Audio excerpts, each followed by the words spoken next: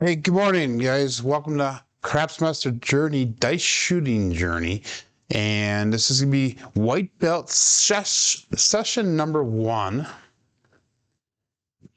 And what we're going to do is we're going to break things. What we're going to do is we're going to break things down, and we're going to go through the belt step by step by step. Our white belt is going to be supposedly 5 sessions long. We're going to go till probably about 5 or 10 to 9 o'clock Central Time here. So that's going to be about a 30 to 35-minute session here. So we might be able to get several sessions together while we're doing this. So starting off all the different white belt levels, we're going to go through a little stretching routine. And if you watch the video that I made on white belt, it'll go through what all the stretches are. But we're going to go through them right now. I'm going to try to break them down, and I'm going to try to explain to you guys why we do them. First one I called is, I came up with is called Milk the Cow, which is basically going to make a fist. And we're just going to squeeze, and then you can kind of extend your arm a little bit too.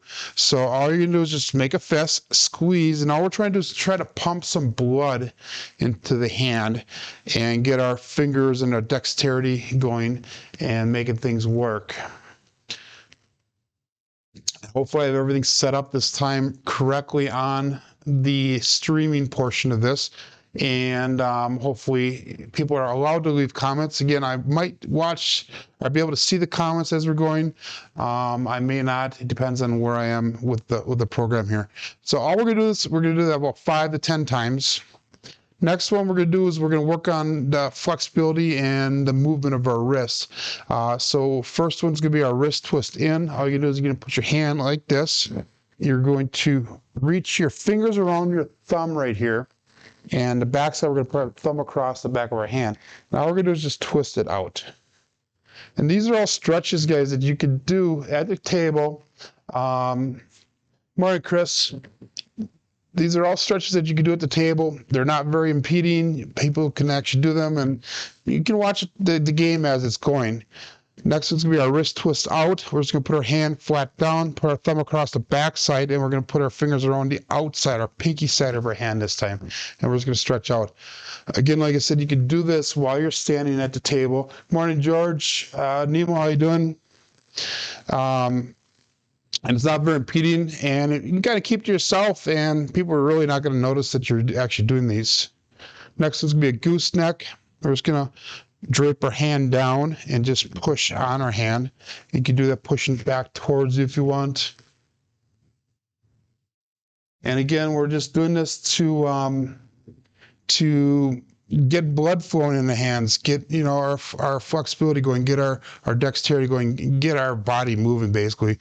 A lot of us are older guys in that. The next one's gonna be our fingers back, hand flat again. We're just gonna wrap our hands around our fingers and just stretch our fingers back like this. And again, we're doing about 5 to 10 of these stretches each time that we're coming up to the table, each day that we're starting our session. Next one will be our shoulder or bicep stretch. You just take your thumb, place it on the edge of the table anywhere, and just turn. And all we're going to do is we're going to try to feel the stretch in the bicep, maybe in our shoulder area a little bit. And we're just going to turn away. Again, you can do this at the table. No one's going to really know that you're doing it, because let's say you're just turning around looking at the slot machine behind you, or somebody that's coming up to the session or up to the table behind you. And you can do that very easily. And then we would go with a couple squats at the table, just shallow squats, nothing really deep. Just get the blood flowing in the legs a little bit. And you can also turn and just kind of reach down the front of your legs. And this will work the hamstrings are stretched out the back of your legs. Again, requirements-wise, I'm supposed to say, hey, if you think you need doctor's advice before you do stretches and that type of stuff, make sure you consult the doctor, so that way you are good to go with that type of stuff. Make sure that you don't overstretch at first when you're first starting off. Stretching can make you sore the next day. Make sure that you gradually work into this type of thing, this type of routine. Again, stretches you should do before each of your table sessions. So when you walk up to the table, do it. If you don't feel comfortable doing the stretches at the table, guys, do the stretching at home. Do it right before, outside in the parking garage. Do it before you get into the casino. But you need to get your body working. You need to get your body awake and get it going. So that's the first part of the white belt, and we're going to be doing that, basically every session when we first start off. I won't be talking as much as I'm going through in future sessions with the stretches, but I kind of wanted to break them down. Again, if you need further explanation, make sure you check out the video that I did, the white belt video. Next thing we're going to work on is our dice grips, and I got a tray here, and let me switch screens here. And I got a tray of dice here. I'm just going to dump them out. We'll grab 2 red ones for now. And there's a couple different dice grips that you can do. Again, like I said, I have several videos out on this. You could do a 3-finger par grip, which is your standard grip. You could do a 2-finger. You could do, I think Jeff does a 1-finger. I don't know if he does the middle and the thumb, or if he does the index finger and the thumb. I do what's called a 3-finger diagonal. So what I do is I put my finger on the back here and I rotate it back. So that way when I'm holding it, I got 3 fingers right here on the front diagonal, and I have a thumb on the back diagonal. So I'm on the actual edges of the dice. Again, watch through the video that I made. I have 2 of them out on dice grips and that. Pick the one that's most comfortable for you. Pick the one that's best for you guys. And we're going to go through the white belt and just practice that. Each white belt session, you're going to go through 50 repetitions of grips. So you're going to actually grip it and practice getting into your grip 50 times for each session. And what a repetition is basically getting into your grip, getting set to actually throw the dice. And we'll get more into how to throw the dice in future sessions and that.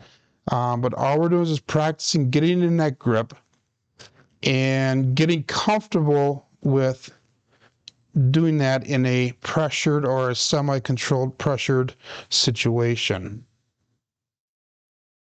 And I'm not even counting here, guys. I think that's somewhere around 8 or so. And like I said, the whole intention of doing this series here is actually just doing the practice, showing you guys that I'm actually going through the motions. I'm actually doing the practice. I'm actually doing what it takes to become better at shooting the dice. And I believe, guys, that if you guys can do this at home and you can actually do the practice and actually go through the actions and actually work on perfecting your techniques, I believe that there can be a difference. I believe that you really can do things that it'll take to influence the results of the dice. Now, I know there's a lot of people out there that don't believe in dice influence, don't believe in controlling the dice. They think that you can do everything perfect up to that point, but once the dice hit the diamond wall at the end of the table, it will completely randomize the dice. And that's the intention of the diamonds on the table. But I do believe that we can go through and actually make changes, modify your throw, actually do things to help control or influence which numbers do come up on a more regular basis, so it's not quite as random. So this is all we're doing right now, is just practicing this dice grip, getting into whatever dice grip is comfortable for you. And I'm looking to make sure that my dice are together tight. There's no cracks in them. They're tight on the bottoms here. The grip that I have is called the 3-finger diagonal grip, and I believe some people call this the Yuri grip. And I like it because I got fat fingers here, guys. My fingers are, if you look at it, they go past the ends of the dice on both sides here. So I have to be careful that I don't pull in on the corners, that which will throw out the dice when I actually throw them. But I use this type of grip here because I can actually get into it and know that I'm into it without even actually having to look at the dice. I go just basically off a feel. Again, my fingers are real fat, so it's really difficult. I first started doing the 3-finger front, which is what most people learn how to do. And that was really uncomfortable for me, and it was really hard for me to get into that. And now I can do it relatively easy now that I have practiced that 3-finger front diagonal. I know I watched several of George's videos, and I see George is in the chat here. But I've watched several of George's videos, and he suggests when you do the 3-finger front, take your fingers and actually push them down into the table, so that way they're even across here. So when you pick up the dice, you push them together, and you can push straight down on the table, and then you can actually pick up the dice straighter. And when I'm concentrating on this, I'm screwing up right now. When I'm just doing it out of free flowing, it actually gets better.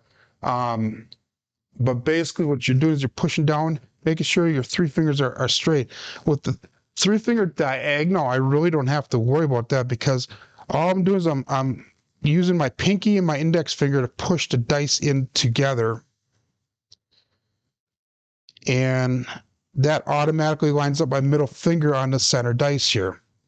So I use my thumb, I rotate the dice back. Hopefully you guys can see that on the video here. And back in. So that's probably about 20 or 25 setups here. Occasionally what I'm going to be doing is I'm going to be getting into my dice set here. I'm going to do a drop test, and I'm going to do at least 25 of them per session. And all the drop test is just lifting it up a fraction of an inch from the table and just dropping them. And the whole goal for doing the drop test is to see if I can release with the thumb rather than the fingers, because releasing with the thumb is what's going to allow the dice to hopefully fly through the air straight. And if you release the fingers, what happens is when the dice go, let's see if I can show this. If you release with the fingers, the dice are actually going to split apart if you push with that thumb.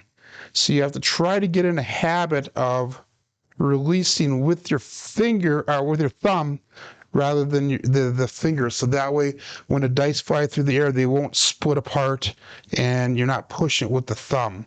So that way, hopefully, they go through the air in a on-axis position like that. So let's go through a couple more dice grips here, guys. Getting set up, getting ready into position. And we're going to break down the throw in future sessions even further, how to stand. Future belt level is going to be how high to throw the dice. We're going to be working on landing zones in future belt levels. But the whole intention of this program here is to break things down to the simple, break things down to the ridiculous, break things down to the easiest possible scenario that you can have. And I believe that if you can actually break things down and work on things step by step by step, and you put it together all at the dice table, then you're going to have a lot better results. And we'll do a couple drop tests here. And again, when you do your drop test, concentrate on releasing with your thumb, not with your fingers.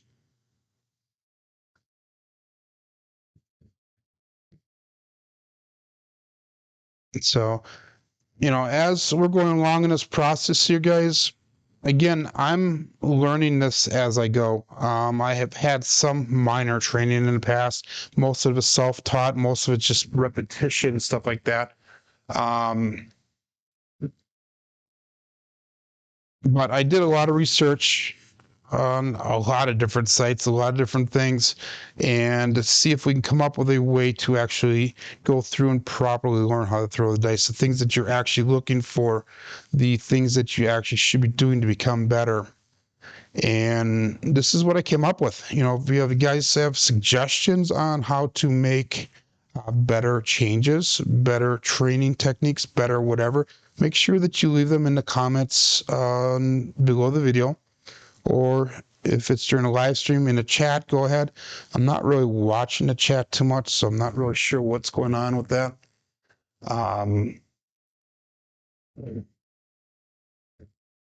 So anyhow, white belt level, we're going to go through 50 repetitions of dice grips. We're going to go through 25 drop tests, and then we're going to go through the next portion, which is the setting of the dice. On the white belt level, we have set up for a hardway set, and that's probably the most common set that we have out there.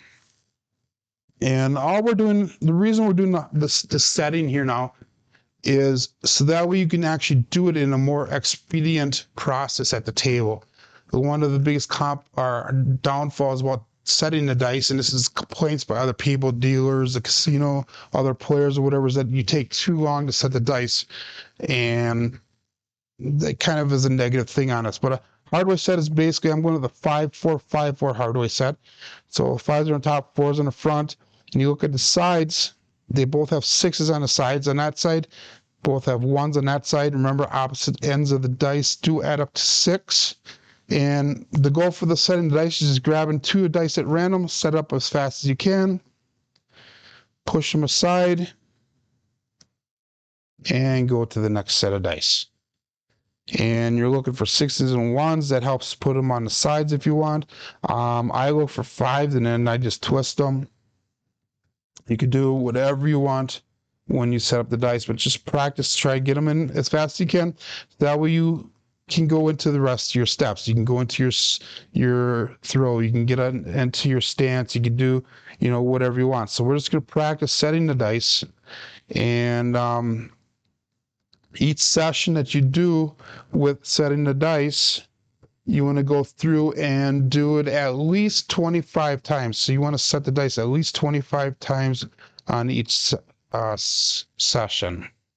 So that would be, I believe, 9 sets there. That's 9 times.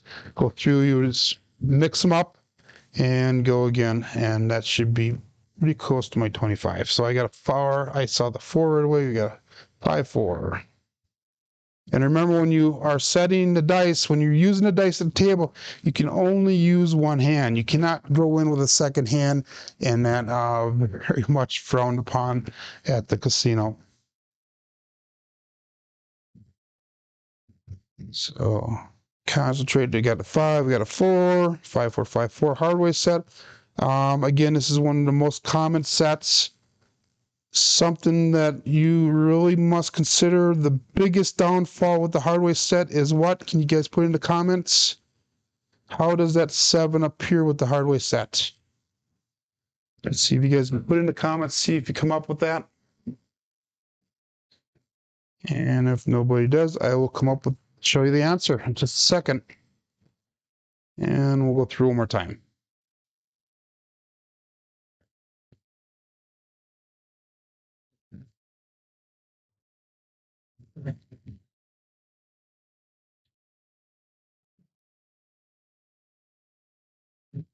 Okay, I'm not sure if anybody put in there in the comments what the downfall of the hardway set is, and that is the 7 shows up 4 different ways if the dice stay on axis. So we got the 5-4-5-4, and looking at the hardway set, if you double pitch one of the dice, you have a 7 all the way around. 4-3, 2-5, 3-4, and 5-2. So that is one of the problems with the hardway set, is if you're double pitching, this is not a set to be using. But for the white belt level, since this is one of the easiest sets to get into, Nemo says that the hardway does have a 7 that shows up, and that's exactly how it shows up. And that's if the dice stay on axis. There's other ways for that 7 to show up as well.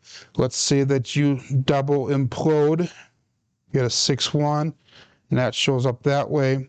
Let's say that it double explodes. You have a 1-6, the opposite. There's a couple of different ways, but the most of the 7s will come on the hardway set if you double pitch either dice. Doesn't matter. So the 7 will show up.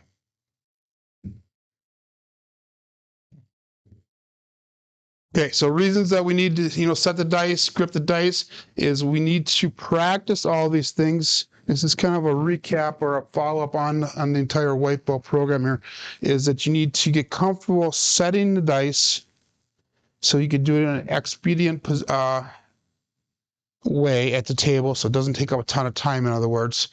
Also, you can actually, get into your grip so that way you could do it comfortably. You could do it without really even thinking about things at the table, and you can actually focus on other things so that way you're not feeling uncomfortable. This is all about comfort, guys.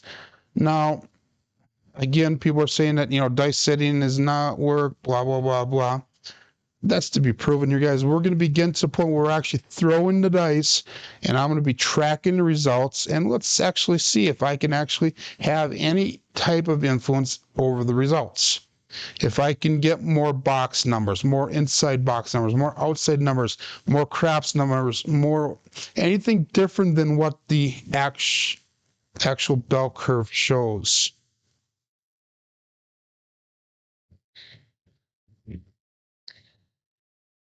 So this is my first session, you guys. You make sure you leave comments in the video. Make sure you let me know what you're thinking. I see quite a few people on our G-Dubs on there. Nemo, Vince is here, buddy. George is here. Magic Ace is. I know Chris was here in the beginning. I can't really scroll through my comments at all, but again, leave comments in the video. Let me know what you think. My name is Joe, and this is my dice shooting journey. Let's make this yours as well. Thanks a lot, guys.